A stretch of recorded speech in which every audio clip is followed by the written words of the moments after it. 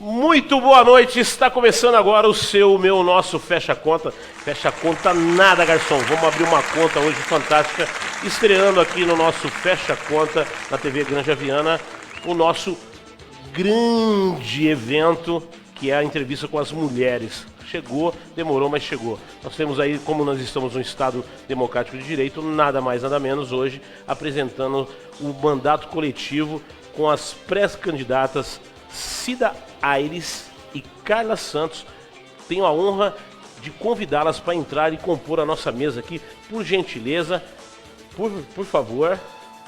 Vamos lá, as meninas, já tomei a liberdade de chamar de meninas. Boa noite, tudo bem? Fica à vontade. Boa noite, tudo bem? Fica à vontade.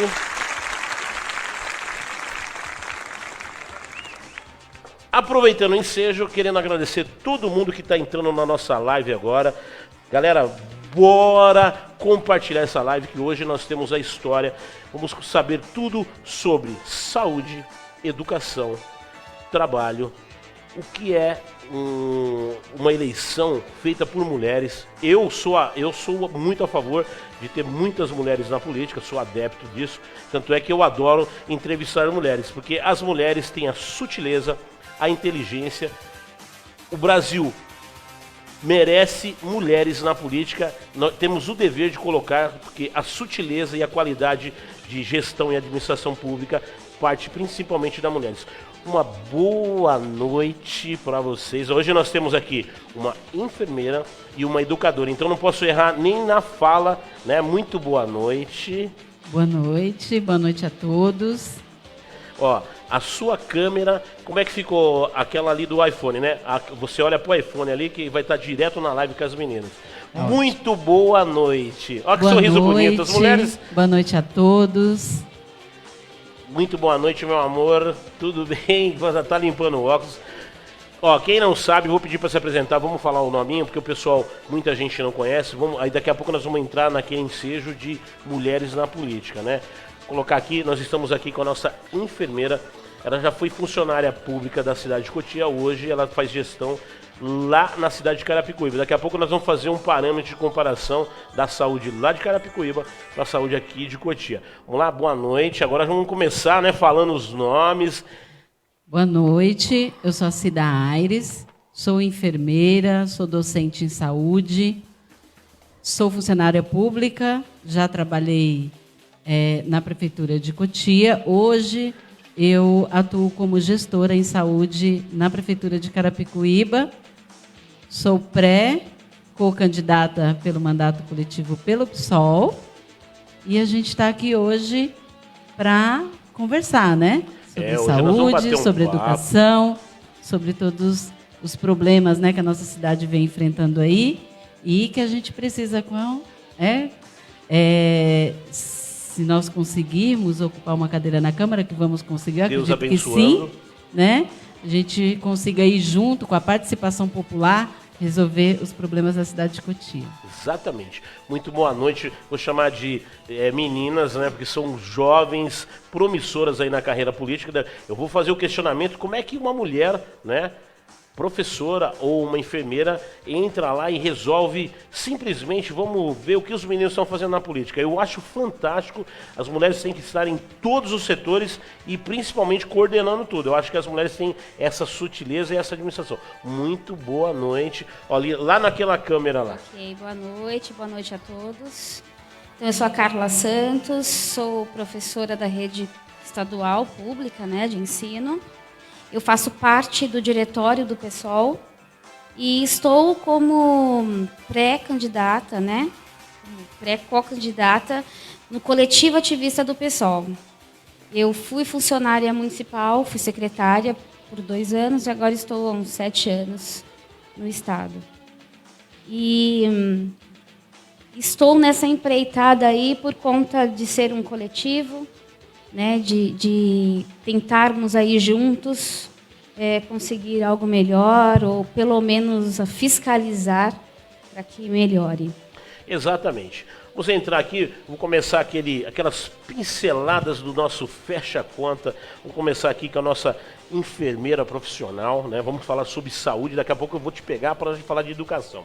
Okay. Saúde hoje é um dos primórdios da sociedade e da nossa grande população, que na verdade quem tem procura hospital particular, quem não tem procura as redes públicas. Vou fazer uma comparação, a nobre amiga, como já fez parte da saúde da nossa cidade de Cotia, participa hoje grandemente na coordenação da saúde de Carapicuíba. Um parâmetro, muitos atendimentos de Carapicuíba vêm aqui ainda, que eu conheço, né? Vem aqui para ser atendido em Cotia. Não denegrindo, não falando da dificuldade que todos os gestores têm na área da saúde. Que, na verdade, a área da saúde cabe ao município apenas o funcionalismo. Essa é uma obrigação do Estado. Vamos entrando aqui, falando um pouquinho aquelas pinceladas básicas sobre a saúde nessa época de crise. Você, como praticamente enfermeira, na linha de frente total de combate dessa guerra invisível. Bom, essa é uma pergunta interessantíssima, né? E que eu vou gostar muito de responder. Porque nós sabemos, né, que, por exemplo, fazendo um comparativo, Carapicuíba, todos sabem que de todas as cidades da região é a cidade com a menor renda per capita, né, da região. A renda per capita de Cotia, ela é bem maior do que da cidade de Carapicuíba. Só que, de contrapartida,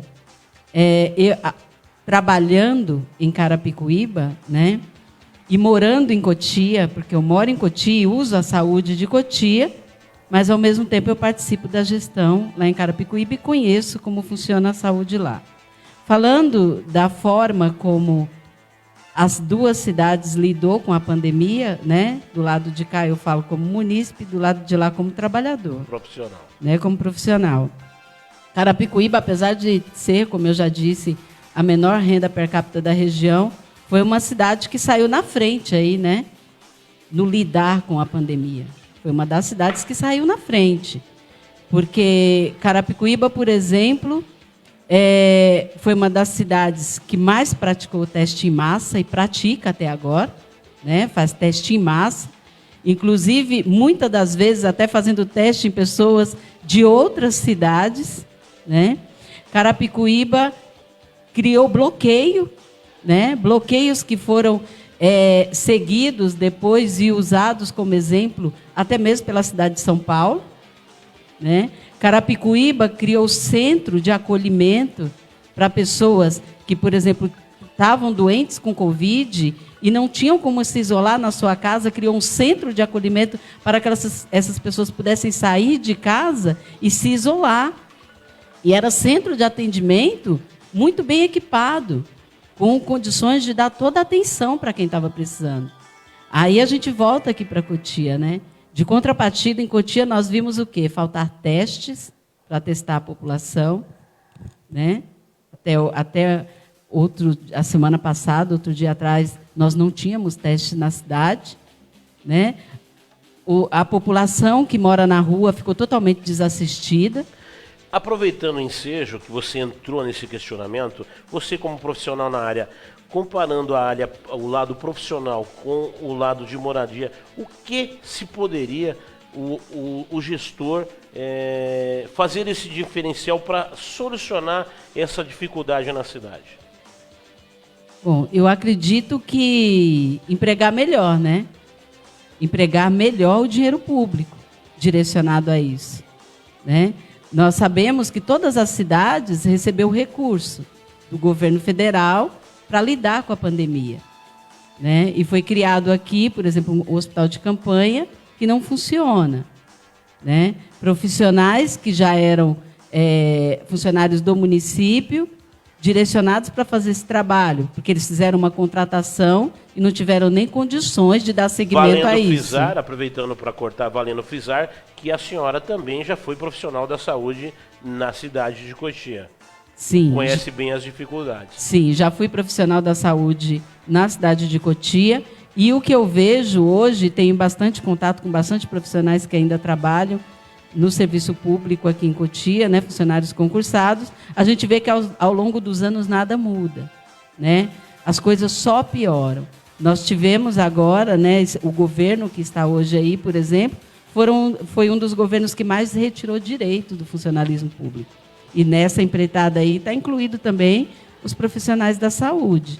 Então, a gente só tem visto, né, ao longo dos anos, o tratado com o funcionalismo público piorar cada dia mais. Salários que não acompanham, né, que não são revistos como deveriam ser, funcionários que trabalham em péssimas condições, né? Nós vimos aí na pandemia, por exemplo, os funcionários da higiene que trabalham na saúde, porque quando a gente fala de trabalhador de saúde, nós não estamos falando só do enfermeiro, do médico, do técnico de enfermagem, do auxiliar de enfermagem, do fisioterapeuta. Nós estamos falando também da pessoa que trabalha na higiene, da pessoa que atende na recepção, né? Essas pessoas, por exemplo, não recebem insalubridade. Elas não têm garantia de insalubridade, né? E nós vimos aí na pandemia que eles também estão expostos a risco. Total. Insalubre total. Insalubre Eles são os que primeiro, por exemplo, quem trabalha na recepção é o primeiro que entra em contato com o doente. Então, sem falar dos altos números ainda que precedem de HN1, correto? De dengue. Pessoal, hoje o up do negócio é o coronavírus, né? Mas mesmo assim tem várias dificuldades ainda a saúde com outros tipos de doenças. Caso câncer, caso... me falhou agora, me escapou, mas daqui a pouco eu já retorno. Tem vários outros setores de doenças, né? Sarampo, dengue, então tem tuberculose, que tudo que acontece hoje com problema respiratório se vincula, né, ao coronavírus. E não é bem isso, né? Não é bem isso. Na verdade, antes do coronavírus, esses profissionais, todos nós já estávamos expostos, né? Esses profissionais já estavam em exposição. E é como você bem disse, não é só a Covid, não é só o coronavírus, o vírus coronavírus, né? São todas as outras doenças os quais esses profissionais estão expostos. E nunca receberam insalubridade para isso. Neste mandato de vereança, daqui a pouco nós vamos explicar como é que funciona isso. Qual o preceito básico partidário em prol de solução desse problema na saúde? É lógico que a gente não consegue solucionar tudo em um mandato de 4 anos. São problemas que a gente vem de mais de 20 administrações. Hoje, para ter menos impacto com a população, que é o nosso bem maior, são as pessoas carentes, são as pessoas com poucos recursos e que ainda necessitam dos hospitais públicos e da rede pública de saúde. Hoje, qual o preparativo hoje, né, desse mandato de vocês? No caso, são 3 mulheres e 3 homens, correto? Me corrija. 3 homens e 3 mulheres. Daqui a pouco a gente vai explicar o que é isso. Qual seria o preceito básico da saúde, primordialmente para vocês? Vou falar para você, né, que você é especialista na área, hoje, nesse mandato coletivo. Bom, quando um cidadão ele elege um vereador, quando ele escolhe um vereador, né, ele está escolhendo um representante. Ele está dizendo assim, é essa pessoa que eu quero que me represente lá na Câmara.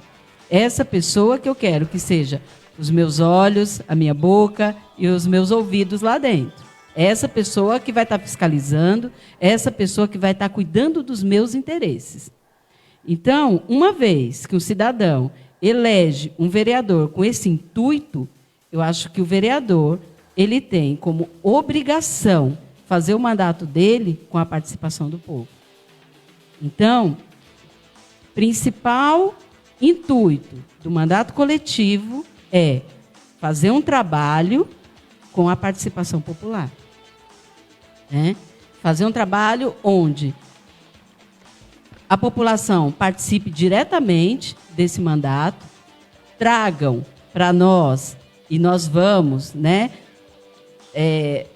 fazendo reuniões, fazendo encontro com essas pessoas, com o munícipe que estiver disposto e quiser participar, trazer os seus problemas, para que a gente possa junto criar soluções, que nós vamos mobilizar as pessoas para que os seus interesses sejam atendidos, né? Trabalhar junto com os conselhos da cidade, né? Os conselhos, os conselheiros que foram eleitos pelo voto, trabalhar junto com eles para que os interesses do povo sejam defendidos, para que a fiscalização necessária seja feita e para que as mudanças que eles precisam e que tiver ao nosso alcance, a gente possa fazer que aconteça. Mostrando para vocês a sutileza em administração de gestão pública pelas mulheres. Dando uma aula hoje para os homens, aprendizado aí, você que está aí do outro lado, que almeja a cadeira número 1 da cidade, ou uma cadeira municipal na Câmara Municipal, você precisa gostar de gente, você precisa ter propostas, mas para isso você precisa passar por aqui. Aproveitando o ensejo, vamos falar, sabe do quê? Vamos falar de Fatan Motos. Fatan Motos, você quer comprar sua moto nova ou seminova, com taxas que cabem no seu bolso? Procure, sabe quem? Ô, Elton, um abraço, Elton. Fatan Motos fica ali na Professor Manuel José Barreto ali, próximo ao Extra. Telefone 466-0881, já está na descrição. Troca de pneu, troca de óleo, equipamentos, capacete. Procura o Elton ou a dona Fátima lá. Beijo para vocês. Falando em segurança e administração, SRP, Solução em Segurança e Serviço. Precisa de uma portaria de qualidade? Precisa de uma escolta VIP? Precisa de segurança para o seu condomínio? Precisa de ronda? Precisa de monitoramento?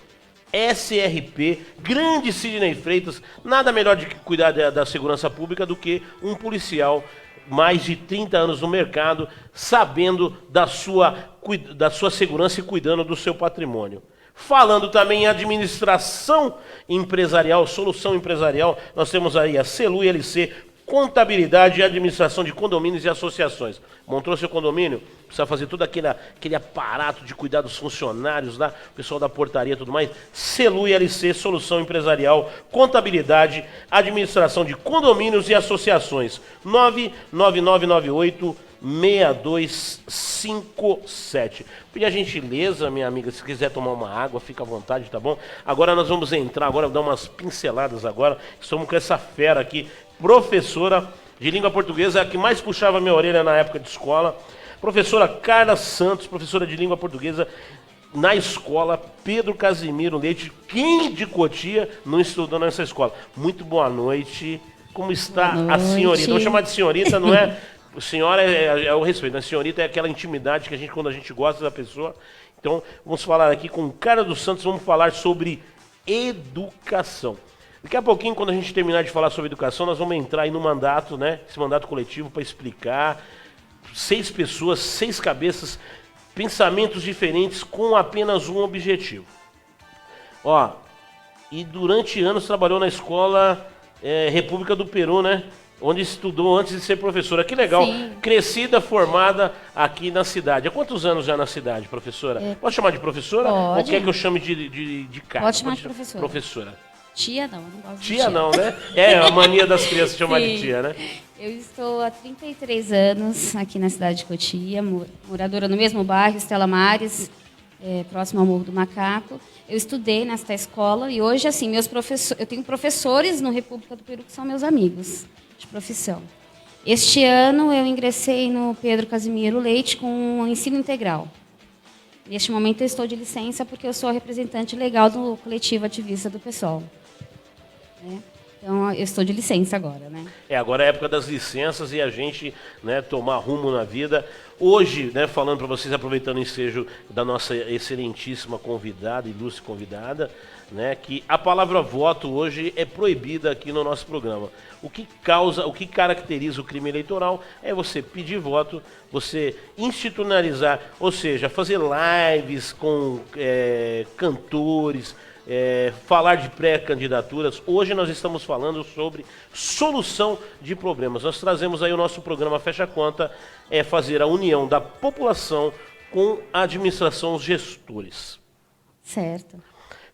Vamos falar, sabe do que? Educação. Nós acompanhamos aí por várias gestões aí, inclusive o Damasceno perguntou aqui sobre greve dos professores aí que passa a gestão, entra a gestão, sempre tem aquele problema de salarial. Daqui a pouco nós vamos entrar no mérito dos ensinos, do afastamento referente ao Covid, mas vamos falar agora aonde dói no bolso do professor, que são os salários. Professora, eloquentemente, vamos falar aí como é que estão os salários aí nessa época aí. Pessoal, a senhora que é representante da POSP, né, estadual, me corrija se eu estiver errado, né, que é o Sindicato dos Professores, onde nobremente entra na briga aí com os administradores, os gestores da nossa cidade e de cidades vizinhas, para falar sobre os salários dos professores. Como é que está esse caso aí de salários aí, de benefícios? Vamos falar um pouquinho sobre isso aí. Professora Carla Santos. Certo. Então, a gente vive numa briga constante, né, sobre isso, sobre os salários baixos. Mas uma coisa que os professores também lutam, não é só o salário, na verdade, é pela condição de trabalho. São salas superlotadas, o espaço físico não adequado para tantas crianças, não temos material suficiente. É claro que o salário é importante para o profissional, ele trabalhar com mais vontade, com mais condições. Mas, assim, é todo um setor, né, que está prejudicado aí por falta de investimento. Né? A gente sabe que é investido, sim, um valor na educação, porém, falta investimento. O repasse do investimento para as escolas é pouco e as escolas não têm condições adequadas para a gente poder trabalhar com essas crianças, a senhora etc. é da rede estadual ou rede municipal? Estadual. Eu fui secretária no município por 2 anos. Né? E eu sou do estado. Mas, assim, as condições de trabalho em relação ao salário é bem parecido. Né? A gente vive aí todo ano em constante retiradas de direitos. No município de Cotia houve isso. Inclusive, é um dos projetos do PSOL. É a gente revogar essa lei que retirou esses direitos desses servidores públicos.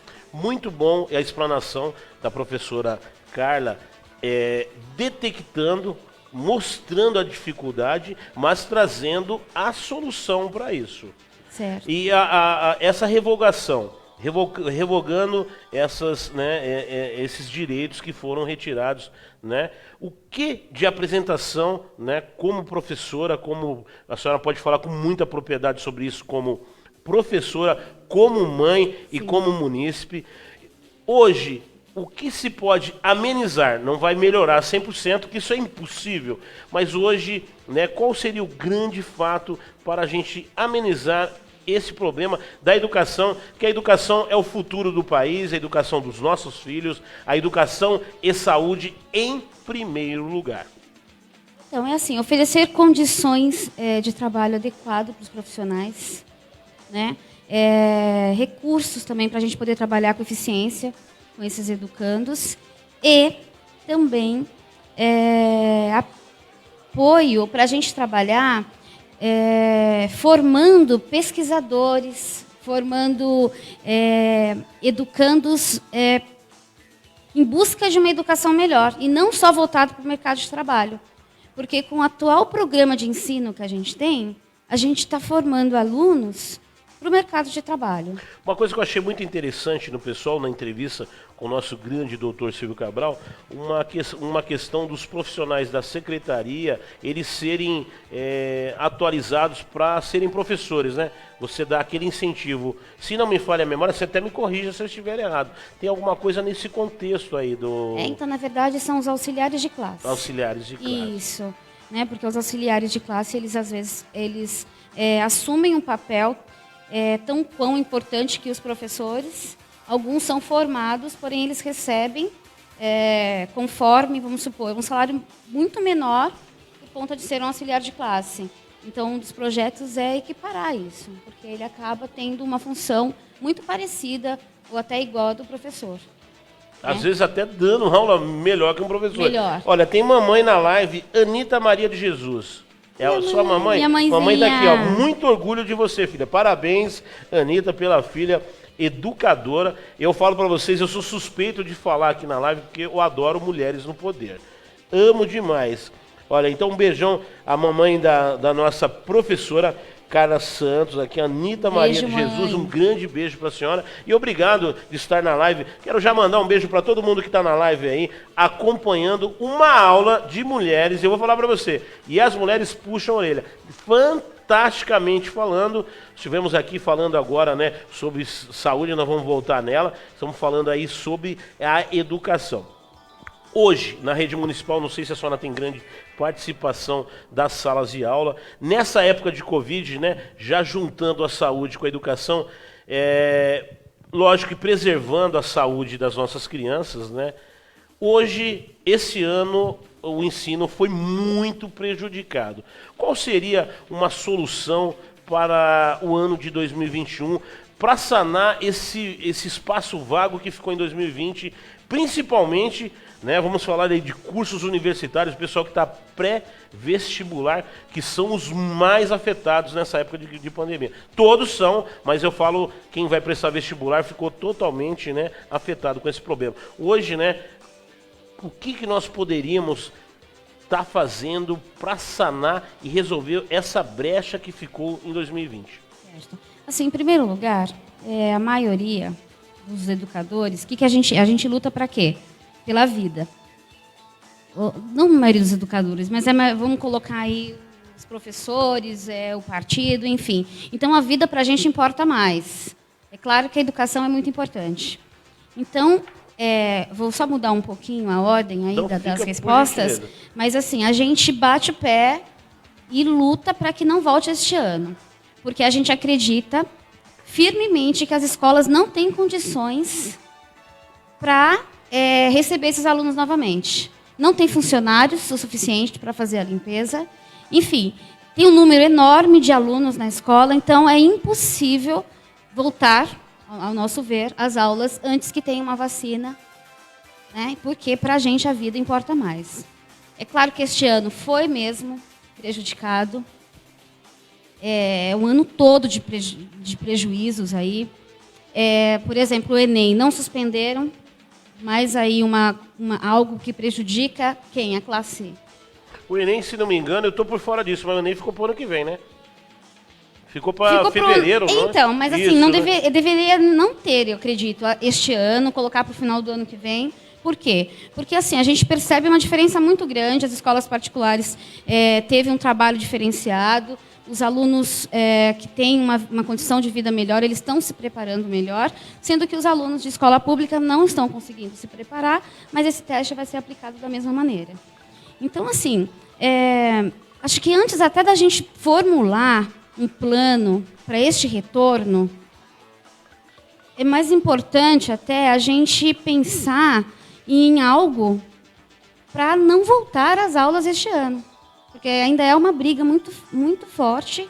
Se eu não me engano, foi liberado nas escolas municipais de Cotia e as escolas particulares. As universidades, né? E ainda está tramitando aquele negócio com o governo estadual. Exatamente. Onde alguns administradores e gestores municipais estão se espelhando no Estado. Eu acho que devia ser individual. Minha opinião particular, mas não cabe a mim fazer esse estudo. Então, assim, como mãe, antes de professora... Ótimo.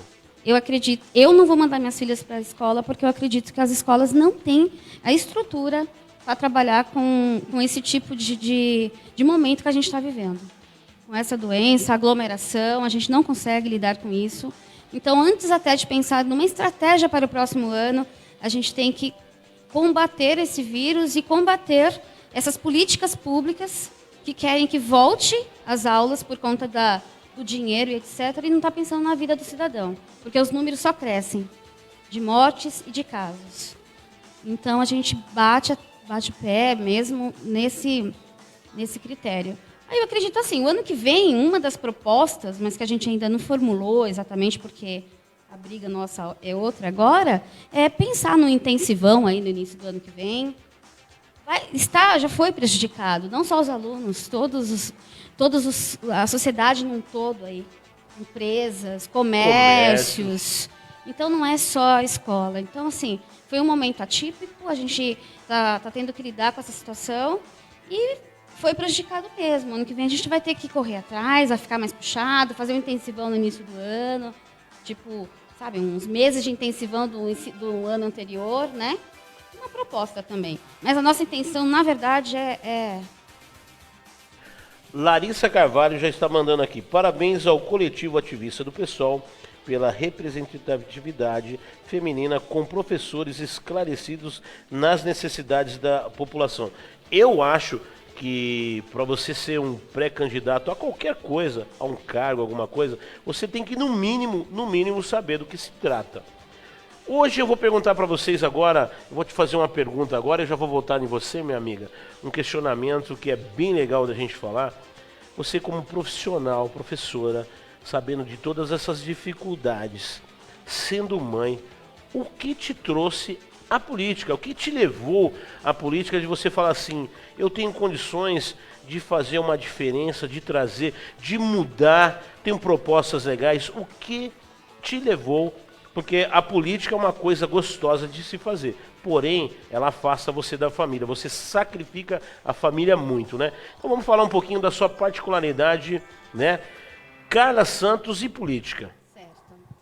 Assim, eu me casei nova, eu tenho irmãs mais velhas de esquerda, mas eu nunca me interessei tanto por política. Tinha o meu pai, que faleceu há pouco tempo, e ele também sempre pegou muito no pé com estudo e etc. Porém, eu me casei nova. E eu me vi num casamento machista, um longo tempo. E quando... Daí eu fui para... resolvi estudar, estudei. E quando eu consegui me libertar desse tipo de relacionamento, aí eu quis conquistar um espaço que eu não estava ocupando. Foi através da educação. Uma outra premissa também é que eu acredito... Lugar de mulher? É onde ela quiser. Mas outra coisa também, eu acredito na igualdade dos gêneros. Eu acredito na equidade. Eu acredito que a gente deve, sim, lutar contra todo tipo de desigualdade. E isso eu já levo na minha vida, antes mesmo da política. Esse é o diferencial da administração feminina para a masculina. As mulheres têm aquela sutileza e colocam o amor e o carisma para fazer as coisas. Mesmo aquelas mulheres que são brutas, elas são mães. Então, a grande divinidade da humanidade é ser mãe. Pai é diferente. Pai, ele hoje está aqui, hoje não está. Mas mãe é mãe de qualquer jeito. Sim. E você está falando como mãe agora, né? Sim. Então, assim, antes de pensar em política, eu já tinha esse pensamento da igualdade, de lutar contra as desigualdades. Por isso, eu até quis ser educadora também, né? Para tentar aí ajudar o máximo que eu posso outras pessoas também a se tornarem pensadores, pesquisadores. E aí eu escolhi um partido político que tem a mesma ideologia que eu sempre tive, né? Que é lutar contra esse tipo de situação, contra a desigualdade, etc. E eu fui me envolvendo, fui militando na educação, participei da PUESP, fui ajudando colegas na política, conhecendo pessoas bacanas, inteligentes. Aí eu me vi cada dia mais envolvidas, mas assim, como qualquer pessoa, eu não sei tudo, estou aprendendo e quero aprender cada vez. Exatamente. Né? Quero aprender cada vez mais. Vamos voltar agora, vamos conversar com essa ilustre enfermeira. Deu muita injeção já, né? Bastante, né? Bastante. Eu quando era criança, eu tinha pavor, tinha muita raiva de enfermeira que dava injeção. Quero fazer um questionamento igualativo ao da nossa nobre educadora, referente a ser mãe, ser profissional da área de saúde e o envolvimento com um movimento tão nobre que é a política. Eu amo política. Eu só não sei fazer política. Eu sei criticar e falar, ou falo bem ou falo mal, mas eu entendo um pouco. O que enobrece o nosso trabalho são as autoridades que a gente traz aqui com muita experiência. O que te levou, né, nobre enfermeira, né, da área da saúde, vendo tantas dificuldades da população, pessoas carentes, pessoas com dinheiro, pessoas com roupa, pessoas sem roupa, doenças, óbitos, tanta coisas. Porque na verdade a área da saúde não é eu falo, vou explicar a parte nobre que eu falo, não é uma parte nobre, porque é o seguinte, você só trata com as dificuldades da população. Então tem que gostar muito de gente. O que te levou a você ser militante, né? Participar de um mandato coletivo, entrar num time, numa área que você conhece bem, que é a saúde? Bom, primeiro que é assim, a política, na verdade, foi uma coisa que veio primeiro na minha vida. Eu comecei a fazer política nos anos 80. Quando era nova, né? Vamos falar 80, que era nova, né? Lá na década de 80, no início da minha adolescência, eu comecei a fazer política no movimento estudantil, né? Grêmio, na escola. Mas, na verdade, assim, eu vim de uma família muito pobre, com uma condição de vida muito humilde mesmo. E eu conheci de perto, desde muito pequena, né, o que é passar por muita dificuldade, o que é não ter o que comer, o que é morar em condições precárias. Eu sofri desde muito pequena discriminação por ser pobre, discriminação por morar na periferia, discriminação por ter negros, né, na minha família, ou eu também ser de origem negra, sofri por isso desde pequena. E desde pequena eu já começou a nascer em mim o interesse de lutar contra tudo isso. No início da minha adolescência, fui para o movimento estudantil, né, sob a influência justamente de professores, né? Quero parabenizar aqui a Carla. Puxa, e parabenizar puxou a orelha também sua, né? E parabenizar aqui todos os professores que estão nos assistindo. Os professores têm uma importância incrível, né, na nossa formação de opiniões, na nossa formação política. Eu fui fortemente influenciada politicamente por professores maravilhosos que eu tive. Então, o professor é importantíssimo nessa questão, né? Então, eu parabéns falo ainda a para vocês. você que é um braço da nossa vida. Sim, justamente. Eu não seria enfermeira se não tivesse um professor na minha vida. Exatamente. Então, o professor é tudo, é a nossa base, né? Então, foi assim que eu comecei a minha militância. Depois disso, eu me tornei mãe, antes de ser enfermeira também. Eu fui mãe muito cedo. Sou mãe de 3 filhos maravilhosos, hoje já adultos. Meu filho mais jovem tem 24 anos. Tenho orgulho de dizer que eu criei meus 3 filhos sozinha, né? E mesmo criando 3 filhos sozinha, eu consegui estudar. Primeiro eu fui auxiliar de enfermagem por muito tempo, depois eu consegui fazer a graduação. Hoje sou enfermeira, né? Amém. E fazer política, para mim, é o que eu faço com o maior prazer. É o estudo, né, das causas nobres. Isso. Eu gosto muito de ser enfermeira. Eu escolhi a enfermagem porque eu me identifico, sempre me identifiquei. Mas fazer política é uma das coisas que eu mais gosto de fazer. É como se fosse... É importantíssimo fazer política, né? É através da política que, militando, né, fazendo política, que nós encontramos oportunidades de mudar a nossa vida, a vida das pessoas, mudar a nossa vida, eu digo, na questão social mesmo, na nossa colocação no meio social, e mudar a vida das pessoas também, criar condições para que as pessoas tenham uma vida melhor, né? Mas fazer política, para mim, é um prazer. Sempre foi. Tanto é que foi, como eu disse, eu me tornei primeiro política para depois me tornar mãe, me tornar enfermeira.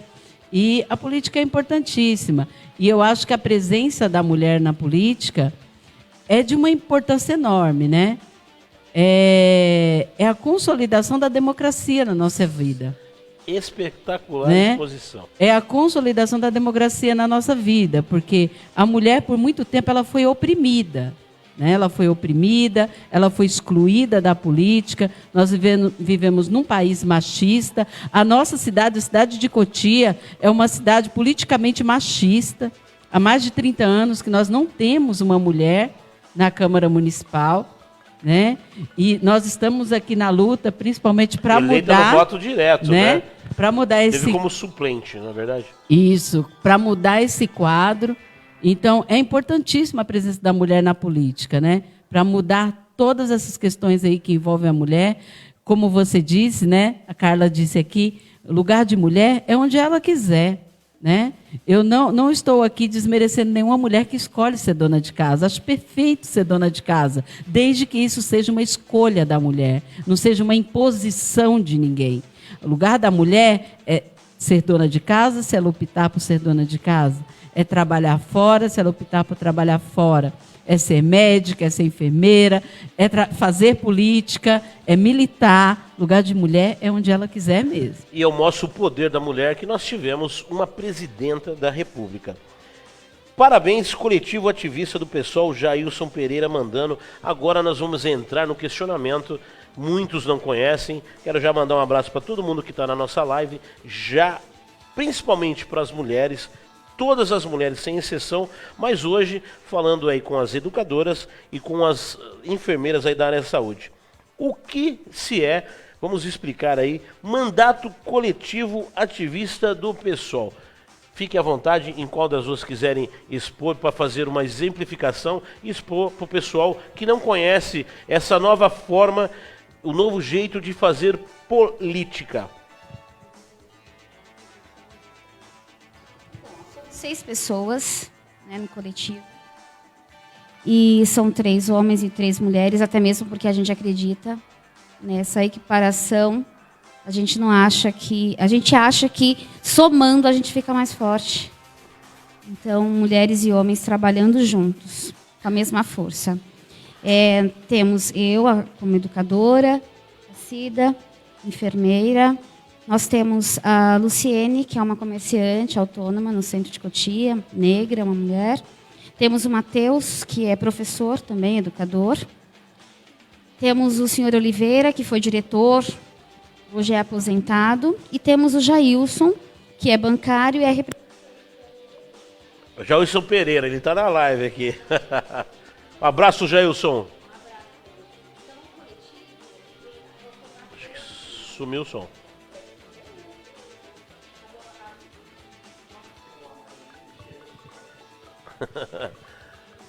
Então, problemas técnicos já sanados no local. certo. O formato do coletivo. O coletivo são o quê? 6 pessoas que irão pensar e decidir, caso seja eleito, tudo que for para ser decidido será reunido o grupo e será uma decisão coletiva. Todos têm a mesma força dentro desse coletivo. Todos têm a mesma força, somos diferentes, porém a gente luta pelo mesmo ideal. Aproveitando o ensejo, o mesmo objetivo com pensamentos diferentes. Como vocês conseguem, né? Como é que se faz isso? Porque eu também desconheço, né? Um aprendizado para mim. Canalizar isso e fazer fluir da menor maneira possível para os parâmetros de um objetivo só. Primeiro porque a gente segue aí uma premissa do quê? A gente está aqui para lutar para o povo, para as classes que são hoje oprimidas. Então, assim, todos nós temos esse mesmo objetivo, de lutar para o povo. Um objetivo o quê? De igualdade, de equidade entre as pessoas. Então, apesar de termos aí vivências diferentes, a gente tem essa mesma premissa. Essa principal premissa que é lutar por conta disso. Aqui, ó. A amiga vai complementar aqui minha fala. O coletivo ativista, né, que nós estamos aí, né, nessa luta aí juntos. Coletivo ativista, como a Carla disse, composto por 3 mulheres, 3 homens. Eu não vou voltar a falar de novo de cada um deles, porque ela já disse. Mas, basicamente, ele é o quê? Como eu disse aqui para você aquela hora que eu defini, né, vereador, quando uma pessoa elege um vereador, ela elege para representá-lo, né? Se você for pensar do ponto de vista de que, quando você elege um vereador para te representar, ele pode ter um conhecimento, ele pode ter formação em uma área, né? E hoje nós temos aqui o coletivo ativista, né? Onde nós temos 6 integrantes que são pré-co-candidatos, todos nós, né? Nós não temos aqui com um número uma só, pessoa, né? Com um número só, explicando, que né? posteriormente terá um número só, e onde cada pessoa dessa tem um conhecimento e luta por uma causa específica. Por exemplo, temos pessoas que trabalham na saúde, temos pessoas que trabalham na educação, nós temos representantes do LGBTQIA+, nós temos representante das comunidades, né, junto conosco. Então, quando você fala em representar o interesse do povo, você olha para o coletivo ativista, você vê que você tem ali um conjunto de pessoas onde a população, né, se eleito, ela vai ter uma representatividade muito maior e muito mais completa. E o que eu acho legal disso, que são pessoas de vários setores e pessoas de vários bairros. Na verdade, porque quando você elege um vereador, não é? Me corrijam se eu estiver errado, vereador do bairro tal, aí aquela pessoa vai falar que aquele vereador vai cuidar mais daquele lugar. Quando você tem um preceito desse de 6 pessoas em um mandato só, você tem pessoas de vários locais sabendo das dificuldades de vários locais. Correto? Correto. Nós sabemos aí, né, sabido que o PSOL é pioneiro nisso, né? Já existem mandatos... 2009, né? Isso, já existem outros mandatos coletivos eleitos, né, pelo PSOL. Então, o PSOL é pioneiro nisso. E é uma forma bem democrática. 149.844 votos em 2009. Isso mesmo. É uma forma democrática de se fazer governo, né? De se fazer mandato, o mandato coletivo. Então, o coletivo ativista, a nossa proposta como pré-co-candidatos, ter uma representatividade maior. É representar em todos os segmentos. É representar o povo em todos os segmentos, né? E ter uma participação maior desses segmentos junto ao mandato também. Eu acho, né, aproveitando para você poder entrar, eu acho que a legislatura da vereança devia ser apenas um mandato só. Devia se renovar constantemente. Por exemplo, se é vereador por 4 anos, já não pode voltar mais, já entra outro vereador. Meu pensamento. Sim. Inclusive também, para esclarecer,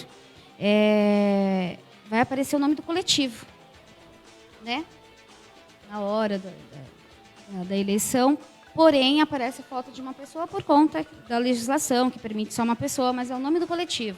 Entendi. Né? Então é o coletivo que vai representar, né? É o coletivo que vai representar ali nessa vereança. Vamos falar agora um minutinho, vou deixar, tome uma aguinha, nossa linda enfermeira, nossa linda educadora, toma uma aguinha, que agora eu vou falar, sabe do quê?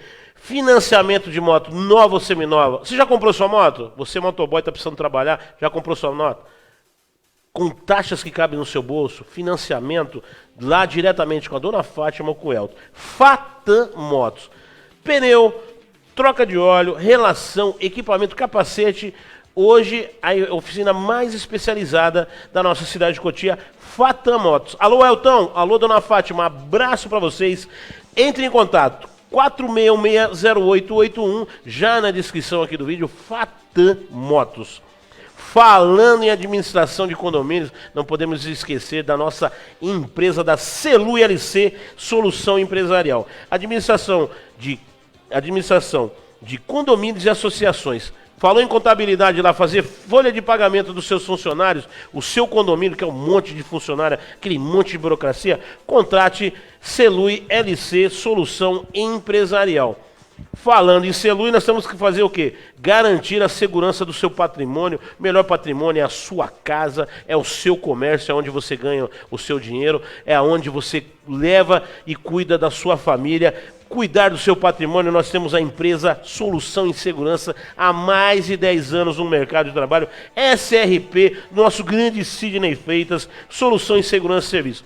Escolta VIP, escolta armada, monitoramento, rondas, empresa totalmente especializada. Sabe por quê? Porque o proprietário é perito em segurança pública. Alô, Sidney Freitas, grande abraço, SRP, Solução em Segurança e Serviços. Hoje nós estamos com as ilustres convidadas inaugurando o Fecha Conta, né, Mulheres na Política, que eu adoro bate-papo, acabar com os homens na política, estou brincando. Vamos falar só de mulheres. Vamos dar uma pincelada rápida, que nós já estamos, você vê como quando o papo é bom, já acaba rapidinho.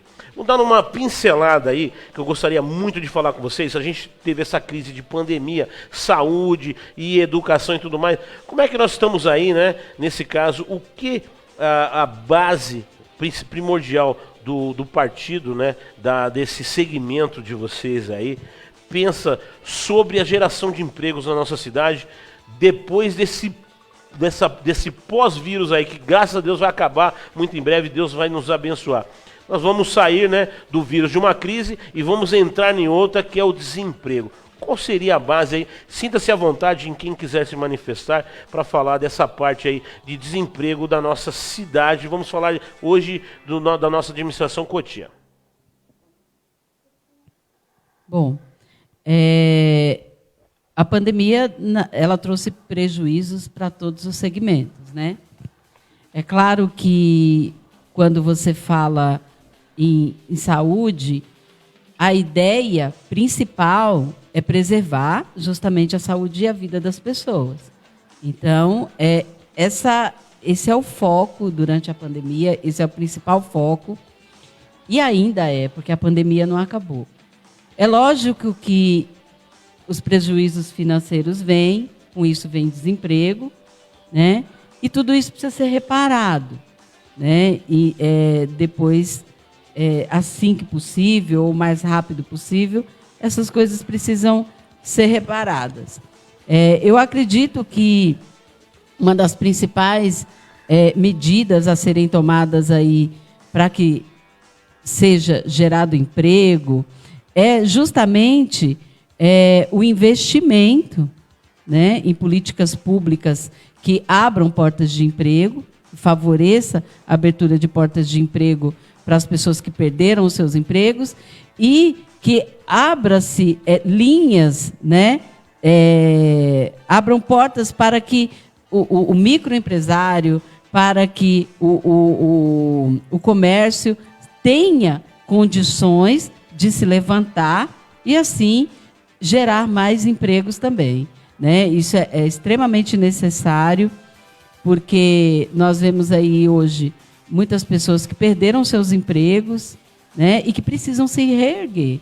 Então, eu acredito que um dos caminhos é criar linha de crédito para que ajude esses empresários a se levantar e criar políticas públicas que abram portas de emprego para aqueles que perderam seus empregos. Lembrando os senhores da live que vereador não faz nada. O vereador indica, fiscaliza e faz a legislação. Não vai chegar lá achar que o vereador tem que dar uma cesta básica, o vereador tem que arrumar vaga na creche para você. Esse tipo de pensamento da população tira todo o foco da verdadeira realidade da política de administração da vereança. Eu quero agradecer, ainda temos mais uns minutinhos, a nobre honra do recebimento de mulheres, hoje estreando o Fecha Conta Mulheres na Política, que eu adoro, sou fã, já falei para vocês, sou fã, mas eu quero dar uma pinceladinha rápida, né, sobre violência doméstica. Acabaram de perguntar aqui, a Cida perguntou, né, o posicionamento das ilustres convidadas sobre a violência doméstica, né, que eu falo a violência contra as mulheres. Vou falar hoje, o foco hoje é só mulheres, por causa da sua sutileza e sabedoria em administração. Se administra o lar, nada melhor do que administrar a cidade. Assim, como você mesmo ressaltou, o vereador, o seu papel principal ali é fiscalizar, é criar leis, né? A gente não tem o poder de, por exemplo, dizer que eu vou criar um centro para acolher essas mulheres. A gente não tem esse poder. Como uma mulher que já viveu esse tipo de agressão, a gente, como mulher, conquistando o espaço, nosso partido ele abre portas para que a gente ocupe, sim, nosso espaço, para que a gente exija respeito. E a nossa intenção é fazer com que esta corrente ela evolua e a gente consiga alcançar mais mulheres periféricas, consiga dar suporte para elas, consigo oferecer acolhimento, assim, como experiência própria, oferecer educação, porque através da educação a mulher ela consegue perceber o que está certo, o que está errado, o espaço que ela quer conquistar, né? Então, assim, a gente acredita mesmo que a mulher ela precisa ter o espaço dela, ela tem força e tem que ser respeitada. Então, a gente, acredito que a Cida também, nós estamos num partido que acredita, né? Acredita nesse contexto, e a nossa intenção é de ajudar essas mulheres que passam por isso, fiscalizar tudo que acontece na administração. Tudo que acontece na administração, todas as mulheres que são prejudicadas, aí pensando no funcionalismo público, etc. Enfim, é lutar contra qualquer tipo de machismo existente. Exatamente. Eu acho que depois do início da pandemia para cá, né, com o isolamento social, a violência contra a mulher aumentou muito, né? Isso é fato. A violência contra a mulher aumentou muito. E quando você fala em violência contra a mulher, sempre que você fala nisso, as pessoas já imaginam logo aquela mulher que apanha do marido, né? O marido que perde o controle e muitas vezes acaba cometendo feminicídio, né? E não é só isso. A violência contra a mulher vai muito, né? Na violência contra a mulher, está muita coisa inserida nesse contexto. Por exemplo, não é só violência física, é violência sexual, é violência psicológica, violência moral. E as mulheres, existem muitas mulheres ainda que não diferenciam isso. Ela vive dentro da casa dela todos os dias sofrendo, por exemplo, violência psicológica, e ela não sabe nem sequer que ela está sofrendo uma violência. Né? E ela adoece, ela entra em depressão, ela desenvolve síndromes, né, psiquiátricas, e ela nem sabe que ela está sofrendo violência. Então, eu acho que é obrigação do governo, né? Obrigação do governo, daquelas pessoas que estão no governo, que trabalham com mulher, orientar essas mulheres e acolher essas mulheres. Dar suporte para que essas mulheres possam entender que elas vivem sob violência e para que elas saiam dessa condição. Não é aceitável que em 2020, já chegando em 2021, nós ainda tenhamos mulheres que vivam dentro de suas casas, sofrendo violência de seus parceiros, sofrendo violência de outras pessoas que também não são seus parceiros. Porque, às vezes, a violência doméstica não é praticada só pelo marido. Muitas vezes, a violência doméstica é praticada pelo irmão, né, por uma outra pessoa. Porque, quando você pensa em violência, mulher que sofre violência, você imagina que é só o marido, né? Muitas vezes, a mulher tem dentro de casa um irmão que agride. Né? Ela sofre violência de uma outra pessoa. Então, eu acho que é obrigação do governo, obrigação das pessoas que lidam com essas mulheres, de criar políticas públicas, de orientação, de acolhimento dessas mulheres, para que as mulheres saiam dessa condição de violência. Querendo já agradecer todo mundo da live, já estamos aí com o horário espremidinho. Vou dar aí a voz para nossa grande amiga, já agradecendo a presença de vocês aqui. É uma honra da nossa produção TV Granja Viana e do Fecha Conta receber as mulheres e mulheres com conceitos gigantescos na educação e na saúde. Considerações finais, fiquem à vontade. Nós estamos já meio com o horário meio apertadinho aí, né? Mas vamos nas nossas considerações, já agradecendo vocês a presença. Antes de encerrar, eu quero mandar um abraço. Nós teríamos também uma outra convidada, que era a Rose, enfermeira. Ela sofreu um acidente doméstico e teve que se ausentar hoje, não podendo vir nessa nosso bate-papo gostoso aqui com as mulheres. Bom, eu quero primeiramente agradecer, né, a oportunidade. Me sinto honrada de estar aqui hoje à noite, podendo falar, né, do coletivo ativista, falar que nós somos pré-co-candidatas, né? Aí, através do coletivo ativista, tentando construir um mandato coletivo, né, para que a gente possa juntos, né, junto com o povo mesmo, junto com o povo, de uma forma bem democrática, trazer uma vida melhor, uma vida mais justa para os moradores de Cotia. É essa a nossa intenção, né? Estamos aí na luta e pretendemos, né, fazer uma política melhor em Cotia. Somos mulheres, né?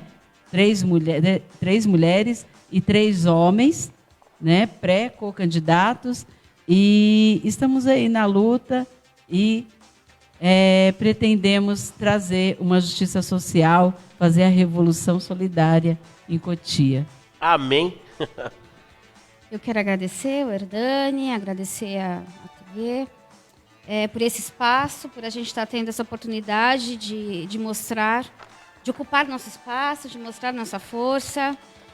Eu resolvi entrar nesse coletivo porque eu acredito na proposta, acredito nos meus companheiros, acredito que juntos somos mais fortes. E eu espero mesmo, eu tenho a convicção de que a nossa intenção é de tentar aí solucionar ou fiscalizar todo tipo de desigualdade. Mas, assim, antes de tudo, eu quero agradecer mesmo pela oportunidade e por ter esse espaço para poder falar um pouquinho. Nós que agradecemos. Chegamos ao final de mais um Fecha Conta pela nossa TV Granja Viana, agradecendo a essas ilustres feras aqui convidadas, Carla dos Santos e a nossa grande Cida Aires, dando uma aula sobre saúde, educação e o pleito em questão para 2021. Você que almeja uma cadeira na Câmara Municipal da nossa cidade, ou a cadeira número 1 da cidade, você precisa fazer que nem elas. Gostar de gente, ter proposta, mas para isso você tem que passar aqui pelo Fecha Conta. Beijo! Até quinta-feira, se Deus quiser. Tchau, tchau!